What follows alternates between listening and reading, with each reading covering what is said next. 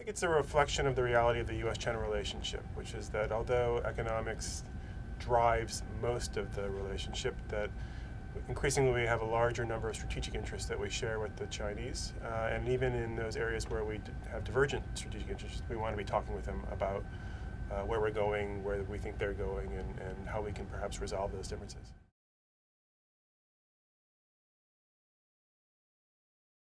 I think we have a pretty good picture of the kind of trends and directions of where the Chinese military goes. We might not know everything that we want to know, or have some doubts about intentions, what the Chinese hope to do with their military force when they're finally finished modernizing. But I think we have a pretty good sense of what they're trying to do, and not such a good sense of how quickly they're going to get there.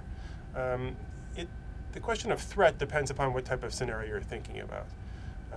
Clearly, for a scenario that would involve Taiwan or a conflict across the Taiwan Strait, already the Chinese military is a threat, in that it could significantly slow down or hamper a U.S. response to a conflict across the strait. If you're talking about challenging the United States globally, something like the Soviets did, then they're at least 2 to 3 decades away from doing that.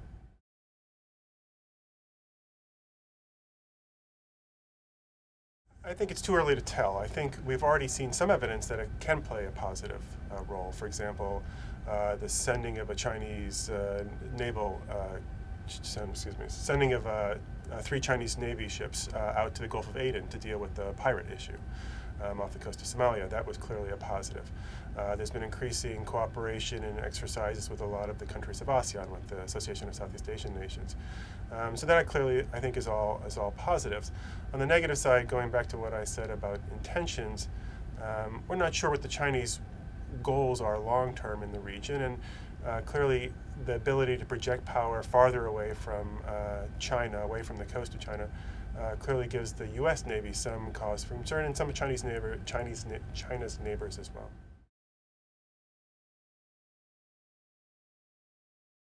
I think the most likely source of conflict would be Taiwan, although given the recent election of President Ma and the movement of the two sides to try to discuss issues like link by air and communication links, that tension has dropped down significantly.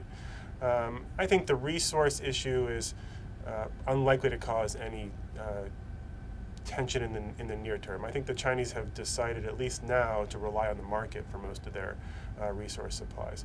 Although as the Chinese build up their naval capabilities and project power farther out into the Indian Ocean, there is more potential for conflict over kind of misunderstandings or confusion. I think most recently, the most likely most likely reason why we would have some type of conflict is the Chinese clearly want to push the U.S. Navy farther away from China. So we've seen 2 incidents where U.S. surveillance ships were off the coast of China, and Chinese fishing boats, research boats, which have some ties to the PLA Navy, harassed those ships and tried to push the U.S. Navy farther away.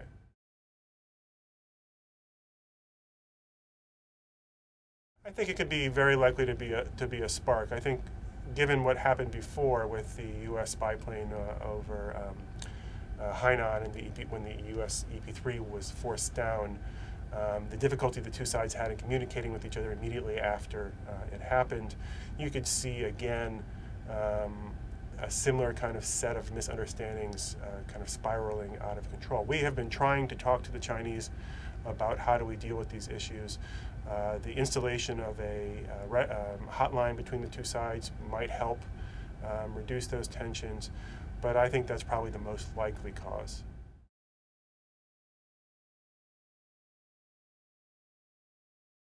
If you read the Chinese Defense White Paper, there's clearly a discussion of the United States as a threat to China. I think the White Paper talks about the encirclement by a hegemon. It doesn't say the United States by name, but clearly it's referring to the United States. These incidents at sea clearly reinforce the sense of some in China that the United States is trying to contain or prevent China's rise. I think in the public sphere, on the internet, there is a great deal of nationalism I think attitudes toward the United States, they go back and forth between extremes. I think after an incident like the incidents at sea, then there is a great deal of anti-American sentiment in a sense that China is a great power and it should be flexing its power more often. But I think generally the average Chinese still has very positive views of the United States, of the bilateral relationship, and think that the United States and China working together are a positive thing.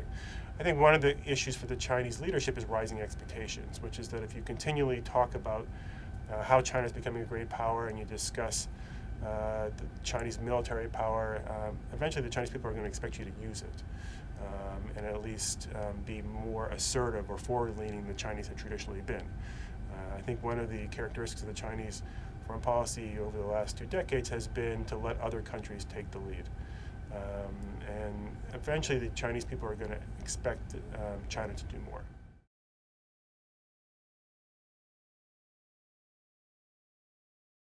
I think on the question about what kind of role China is going to take is one of these kind of big questions about kind of the future of China. And I think Deputy Secretary Robert Zoellick framed it as we want China to be a responsible stakeholder. That China has benefited from the current international economic system.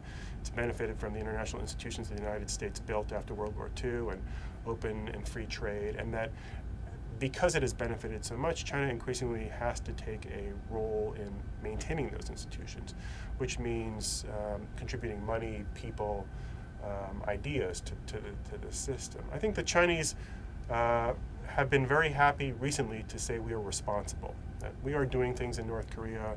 We have been doing more in Darfur and Sudan than we get credit for. I don't think they want to be a leader.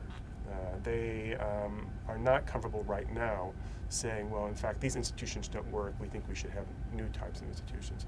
I think North Korea is one of these cases where the Chinese have been fairly helpful. I think brought North Korea back to the table several times. I think the larger issue, of course, is that China has an interest in a denuclearized Korean peninsula, but China also has an interest in stable borders and does not want a collapse of North Korea. And that is its primary interest. And so there is going to be a limitation to how far China will move with North Korea, and the United States has run up into that. Well, I think the Chinese have been fairly clear that as a developing country, they expect that the developed countries in the West will take a greater responsibility for cleaning up what has already happened. You see another number of arguments saying, well, yes, that China's CO2 output is now second or soon will be first in the world, but most of the things that China is producing are being exported to the West, so again, that's the West's responsibility. I think the Chinese have consistently said that they're expecting to be compensated for whatever measures they take from the West. They're going to expect technology transfer. And so like India, I think they're going to make negotiations difficult by continually arguing that they are still a developing country.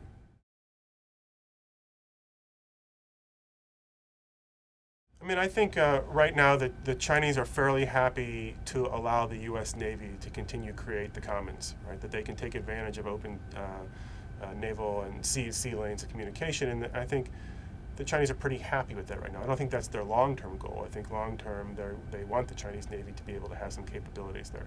I think the most likely conflicts that are going to come for China in the search for resources are not going to be necessarily conflict with the United States or kind of a great power conflict. But I think what is happening already, that China is finding that when it deals with African countries or Latin American countries, that it reaches the same type of problems it faces the same type of problems that the European and the U.S. faced in dealing with these countries. Is that many of them are unstable, many of them don't have complete control over their territory, many of them have insurgencies, and so China's efforts to say, well, we separate business from politics, it won't be tenable.